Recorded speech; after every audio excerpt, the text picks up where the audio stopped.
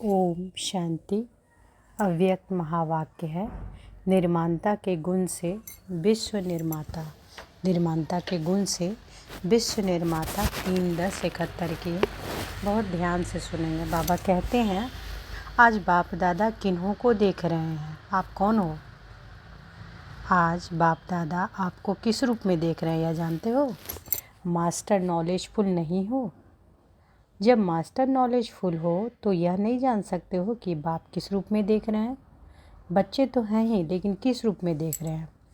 बाप दादा देख रहे हैं कि इतने सभी विश्व निर्माता हैं। विश्व के निर्माता हो। बाप के साथ साथ बाप के कर्तव्य में मददगार हो। नए विश्व का निर्माण करना यही कर्तव्य है ना। उसी कर्तव्य में लगे हुए हो। वह अभी लगना है तो विश्व निर्माता नहीं हुए। सदैव यह स्मृति में रहे कि हम सभी मास्टर विश्व निर्माता हैं। सदैव यह स्मृति रहे। क्या स्मृति रहे कि हम सभी मास्टर विश्व निर्माता हैं। यही स्मृति सदैव रहने से कौन सा विशेष गुण ऑटोमेटिकली आ जाएगा? निर्माता का। समझा? तो सदैव यह स्मृति में रहे कि हम सभी मास्टर विश्व निर्माता हैं। यही स्मृति सदैव रहने से कौन सा विशेष गुण ऑटोमेटिकली आ जाएगा? तो निर्माता का। निर्माता का गुण कैसे आएगा? सदैव यह स्मृति रहे कि हम सभी मास्टर विश्व निर्माता हैं।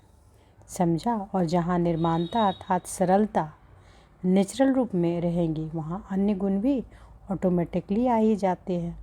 तो सदैव इस स्मृति स्वरूप में स्थित रहकर फिर हर संकल्प व कर्म करो।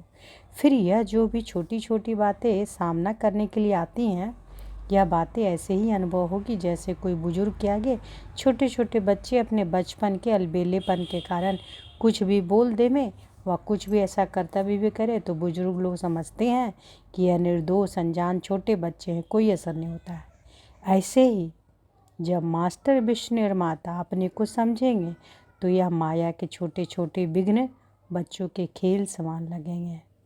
तो जब मास्टर विश्व निर्माता अपने को समझेंगे तो यह माया के छोटे छोटे विघ्न बच्चों के खेल समान लगेंगे। जैसे छोटा बच्चा अगर बचपन के अनजानपन में नाक कान भी पकड़ ले तो जोश आएगा। जोश आएगा क्योंकि समझते हैं कि बच्चे निर्दोष अनजान हैं, उनका कोई दोष दिखाई नहीं पड़ता। ऐसे ही माया भी अगर किसी आत्मा द्वारा समस्या व विघ्न व परीक्षा पेपर बनकर आती है तो उन आत्माओं को निर्दोष समझना चाहिए। माया ही आत्मा द्वारा अपना खेल दिखा रही है। तो निर्दोष के ऊपर क्या होता है? तरस, रहम आता है ना। इस रीति से कोई भी आत्मा निमित्त बन जाती है, लेकिन है निर्दोष आत्मा। अगर उस दृष्टि से हर आत्मा को देखो तो फिर पुरुषार्थ की स्पीड कब ढीली हो सकती है? हर सेकंड में चढ़ती कला का अनुभव करेंगे। सिर्फ चढ़ती कला में जाने के लिए यह समझने की कला आनी चाहिए। 16 कला संपूर्ण बनना है ना, तो यह भी कला है। अगर इस कला को जान जाते हो तो चढ़ती कला ही है। वह कब रुकेगा नहीं, उसकी स्पीड कब ढीली नहीं हो सकती। हर सेकंड में तीव्रता होगी। और अभी रुकने का समय भी क्या है? रुक कर उन आत्माओं के कारण और निवारण को हल करने का अभी समय है।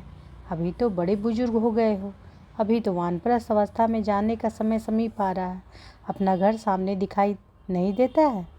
आखिरी इन यात्रा समाप्त कर घर जाना है। कोई भी बात भिन्न भिन्न रूपों भिन्न भिन्न बातों के से सामने जब आती है तो पहले यह समझना चाहिए कि इन समस्याओं भिन्न भिन्न रूपों की बातों को कितना बार हल किया है और करते करते अनुभवी बने हुए हैं। कितने बार के अनुभवी हो याद है? अनेक बार किया है। यह याद है आता है? कल पहले पास किया, क्रॉस किया होगा, क्रॉस किया था व किया होगा। यह नहीं समझते कि अगर अनेक बार यह अनुभव नहीं किया होता तो आज इतने समीप कैसे आते। यह हिसाब लगाना नहीं आता। पांडव तो हिसाब में होशियार होने चाहिए, लेकिन शक्तियाँ नंबर 1 हो गई है। यह स्मृति स्पष्ट और सरल रूप में रहे, खींचना ना पड़े। अगर कल पहले की बात अभी तक बुद्धि में खींच कर लाते रहते हो तो क्या कहेंगे? जरूर कोई माया की खिंचावट भी है। इसलिए बुद्धि में कल पहले वाली स्मृति स्पष्ट और सरल रूप में नहीं आती है। इसलिए ही विघ्नों को पार करने में मुश्किल अनुभव होता है। मुश्किल है नहीं, जितना पुरुषार्थ का समय चला है, जितना नॉलेज की लाइट और माइट मिली है, उस प्रमाण वर्तमान समय सरल और स्पष्ट होना चाहिए। इतना स्पष्ट हो जैसे 1 मिनट पहले अगर कोई कार्य किया तो यह याद रहता है कि यह भी भूल जाता है। तो बाबा कह रहे हैं कि जैसे 1 मिनट पहले अगर कोई कार्य किया तो वह याद रहता है कि वह भी भूल जाता है।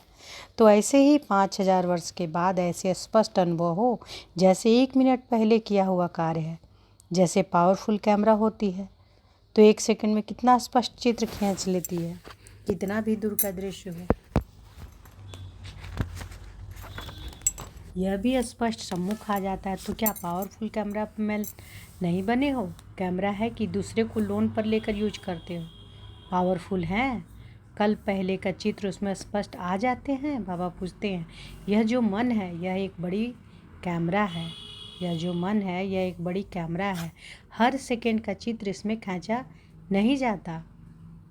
हर सेकंड का चित्र इसमें खींचा नहीं जाता। बाबा कह रहे हैं कैमरा तो सभी के पास है, लेकिन कोई कैमरा नज़दीक के चित्र को खींच सकती है, कोई कैमरा चंद्रमा तक की भी फ़ोटो खींच लेती है।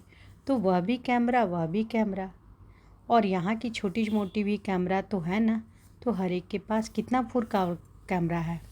जब वह लोग चंद्रमा से यहाँ से वहाँ का खींच सकते तो आप साकार लोक में रहते निराकारी दुनिया का, आकारी दुनिया का व सारी सृष्टि के पास्ट व भविष्य का चित्र नहीं खींच सकते हो। तो बाबा क्या कह रहे हैं कि आज देखिए, आज के साकार मधुर महावाक्य में बाबा क्या बोले? बाबा बोले ना कि करना है प्रैक्टिस साकार और आकार और निराकारी का। बाबा बोले तीनों का अभ्यास करने के लिए कि समेटने की शक्ति द्वारा तीनों का अभ्यास करो। तो अभी बाबा क्या बोल रहे हैं इसमें? कह रहे हैं कि जब लोग चंद्रमा से यहाँ से वहाँ खींच सकते तो आप साकार लोक में रहते निराकारी दुनिया का, आकारी दुनिया का, वही सारी सृष्टि का पास्ट और भविष्य का चित्र नहीं खींच सकते हो। कैमरा को पावरफुल बनाओ तो उसमें जो बात, जो दृश्य जैसा है वैसा दिखाई दे, भिन्न भिन्न रूप में दिखाई नहीं दे, जो है जैसा है वैसे स्पष्ट दिखाई दे। इसको कहते हैं पावरफुल। फिर बताओ, कोई भी समस्या का रूप होगा या खेल अनुभव होगा? तो अब स्टेज के अनुसार ऐसी स्टेज बनाओ, तब कहेंगे तीव्र पुरुषार्थी। अगर ऐसा कैमरा द्वारा चित्र पहले खींचते जाते हैं तो उसके बाद साफ कराने के लिए मालूम पड़ता है कि कैसे खींचे हैं।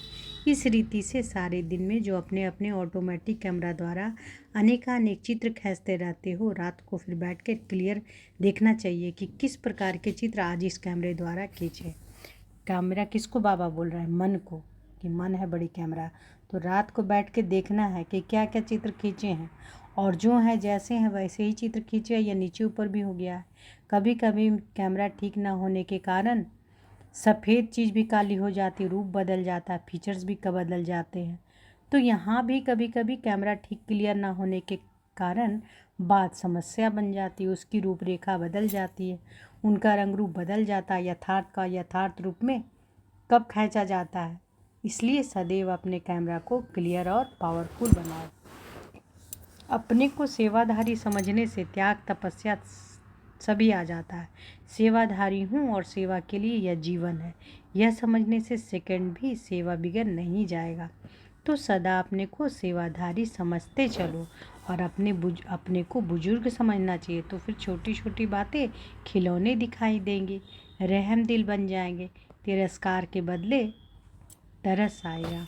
अच्छा, ओम शांति।